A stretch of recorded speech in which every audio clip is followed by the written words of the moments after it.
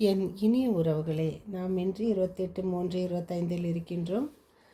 பலனில்லாத நேரங்களில் ஆவியானவர் உதவிடும் நம் துணையாளருமாய் இருக்கின்றார். நாம் சொல்ல முடியாத அளவுக்கு பெருமூச்சு ஜெயித்திட நம்மோடு இருக்கின்றார். நாம் இன்று தொடர்ந்து அன்னையோடு இயேசுவின் பின் செல்வோம். இந்த தவ நாட்களில் நாம் தொடர்ந்து வாசித்து கொண்டு வருகிற சங்கீத தொடர்ச்சி 77, 10, 11, 12. இன்றைய வாசகம் உசையா நூலிலிருந்து 14:1-9. இஸ்ரேல் உன் கடவுளாகிய ஆண்டவரை நாம் திரும்பி வந்து தீச்செயலை விட்டு அவரிடம் செல்ல ஆண்டவர் திரும்பி வந்து இவ்வாறு சொல்லுங்கள், தீவினை அனைத்தும் அகற்றிவிடும், நன்மையானதை ஏற்றுக்கொள்ளும் என்று. இன்றைய வாசகம் மார்க் நற்செய்தி. ஆண்டவரை முழு உள்ளத்தோடும், முழு ஆன்மாவோடும், முழு ஆற்றலோடும், முழு இதயத்தோடும் நாம் நேசிப்பதை, உன் மீது அன்பு கூறுவது போல் உனக்கு அடுத்து இருப்பவர் மீதும் அன்பு கூறுவாயாக. 2வது கட்டளை. 10 கட்டளையை இந்த 2 கட்டளைகளில் இறைவன் இணைக்கின்றார். அதான் இன்றைய நம் வாழ்வில் இறைவனோடு நாம் எப்படி இருக்க வேண்டும் என்பதை மிக விளக்கமாக இயேசு நமக்கு எடுத்து சொல்லியிருக்கின்றார். வேறு பலிகளை விட மேலானது என்று அதை அப்படி கூறியிருக்கின்றார். அவருடைய அறிவுத்திறனோடு பதிலளிப்பதை கண்ட இயேசு அவரிடம் நீ இறையாட்சி நின்று தொலைவில் இல்லை என்று, அதற்கு பின் எவரும் அவரிடம் எதையும் கேட்க துணியவில்லை. ஏனென்றால் நான் அனைத்துமே முதன்மையான கட்டளை எது என்று ஒரு அறிஞர் ஒருவர் இயேசுவை அணுக இயேசு அவருக்கு தக்க பதிலை கொடுக்கின்றார். நாம் இயேசுவே நமக்கு வாழ்வின் நம் ஊற்று. இயேசுவே சிலுவையின் பாரத்தால் நீ நொறுக்கப்படுவதை காண்கின்றேன். நீ தனியாக சிலுவையில் சுமக்க கடினப்படுகின்றாய். உமக்கு உதவி தேவைப்படும் போது உம் நண்பர் என்று சொல்லப்பட்டவர்கள் யாரும் வரவில்லை. யூதாஸ் உம்மை காட்டி கொடுத்தார். தன்னைத்தான் நேசிப்பது போல் பிறரிடம் நேசி என்று போதித்தவர், அவருக்கு யாருமே இல்லாமல் ஓடிப்போனார்கள்.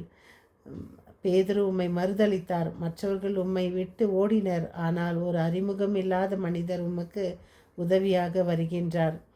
உம்மை பின்தொடராத மனிதர் உமக்கு உதவியாக வருகின்றார். சீரேன் ஊரை சேர்ந்த சீமோன் உமக்கு தோள் கொடுத்து உதவுகின்றார். இது வெறும் உதவி அல்ல, அது ஒரு சந்திப்பு. இன்று நம்மில் எத்தனையோ பேர் பயணம் செய்வதும் அல்லது ஆலயங்களிலும் நாம் ஒருவரை ஒருவர் அறிமுகம் இல்லாத ஒருவரை சந்திக்கும் போது நாம் முகத்தை திருப்பிக் கொள்ளக்கூடாது. ஒருவர் அதிகமான வெயிட்டை தூக்கி கொண்டு வரும்போது நம்மால் முடிந்தாலும் போய் அவங்க தெரிஞ்சவங்க தெரியாதவங்க இல்லாமல் அவர்களுக்கு உதவி செய்ய வேண்டும். அதுதான் உண்மையான இறைவனின் சந்திப்பு, மனிதனோடு நாம் கொள்ளும் உறவின் சந்திப்பு.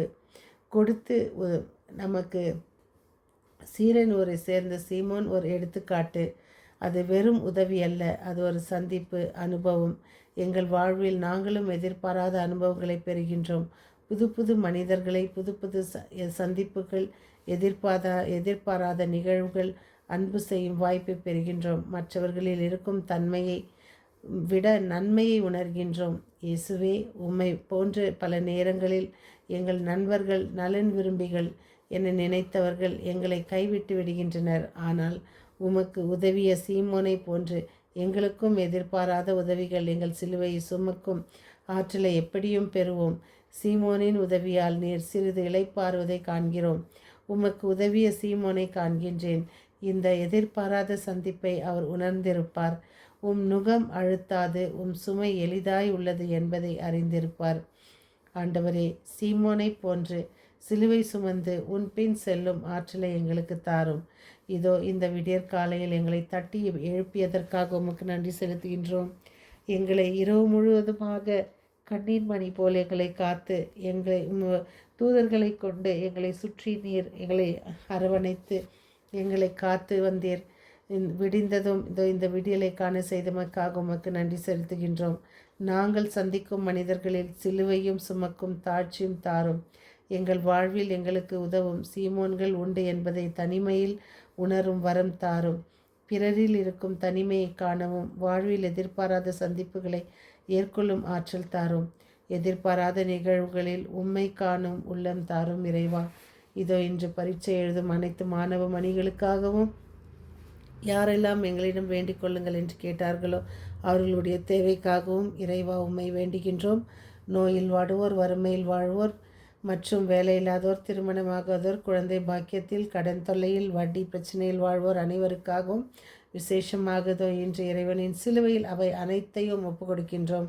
இயேசுவின் சிலுவை அதை நிர்ணயிக்கும், நிரூபிக்கும். அவர் உண்மையான மனிதர் அல்ல, இறைவன் என்பதை அவர்களுடைய விசேஷமான அந்த தொல்லையிலிருந்து விடுதலை செய்யும் இறைவனுக்கு நாங்கள் நன்றி செலுத்துகின்றோம்.